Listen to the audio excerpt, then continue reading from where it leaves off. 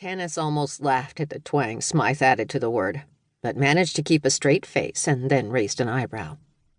It's a JC planet, and they officially renamed it from Uranus to Oranos. I always thought it was a good move. It's the only planet named after a Greek god. It's fitting that it should have the Greek name, not the Latin one. Especially when the Latin one has made this blue ball of gas the butt of a million jokes, Darla added with a laugh. Smythe snorted, Jeannie giggled, and even Tanis couldn't help but crack a smile. Gas, but, Smythe asked with a chuckle, I knew I liked you, Darla. Lovell here is such a fuddy-duddy. I'll remember that next time you need a favor. The AI's tone was dry.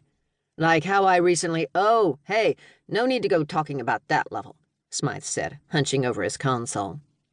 Your ears are turning red, Jeannie said, her tone entirely casual as she made the observation.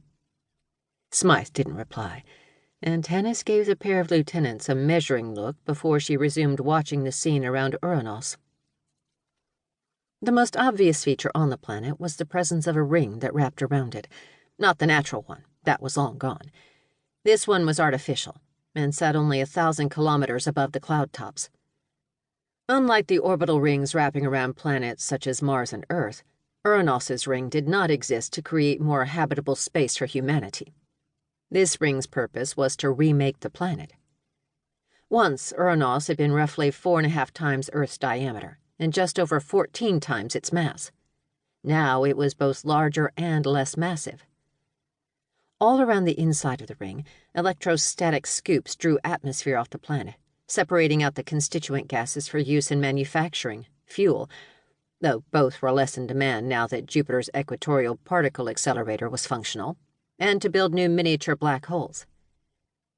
Tanis had to admit that it was a bit saddening to know that in 100 years, or less if GE kept to its timetables, the nearly featureless light blue orb of Uranos would be no more.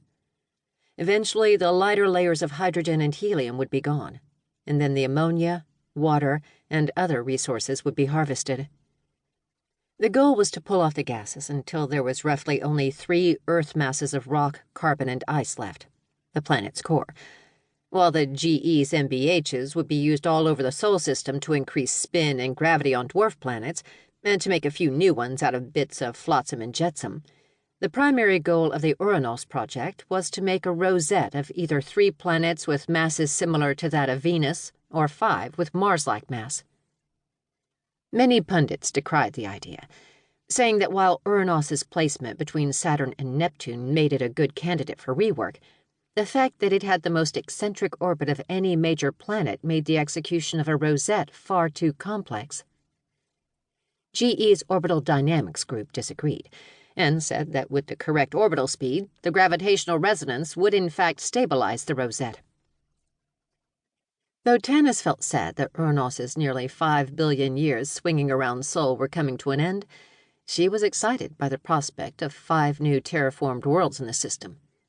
Despite the fact that humanity had terraformed dozens of smaller worldlets out in the scattered disk and set fusion suns around them, most were dimly lit and highly dependent on a constant supply of hydrogen and helium from the OuterSol worlds to remain habitable.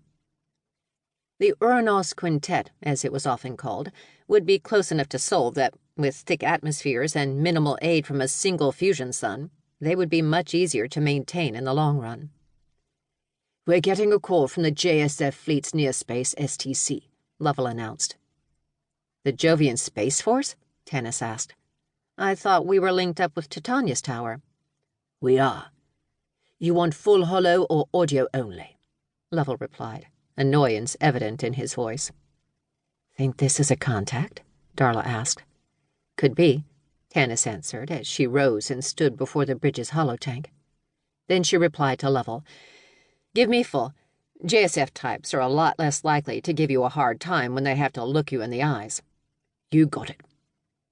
The holotank flared to life, and a tall woman stood before Tanis. A colonel's birds adorned the Jovian officer's lapels, and she stared down at Tanis with an imperious glare. Commander Tanis Richards, I was alerted to your ship's passage through Uranos's near space by the civilian STC on Titania.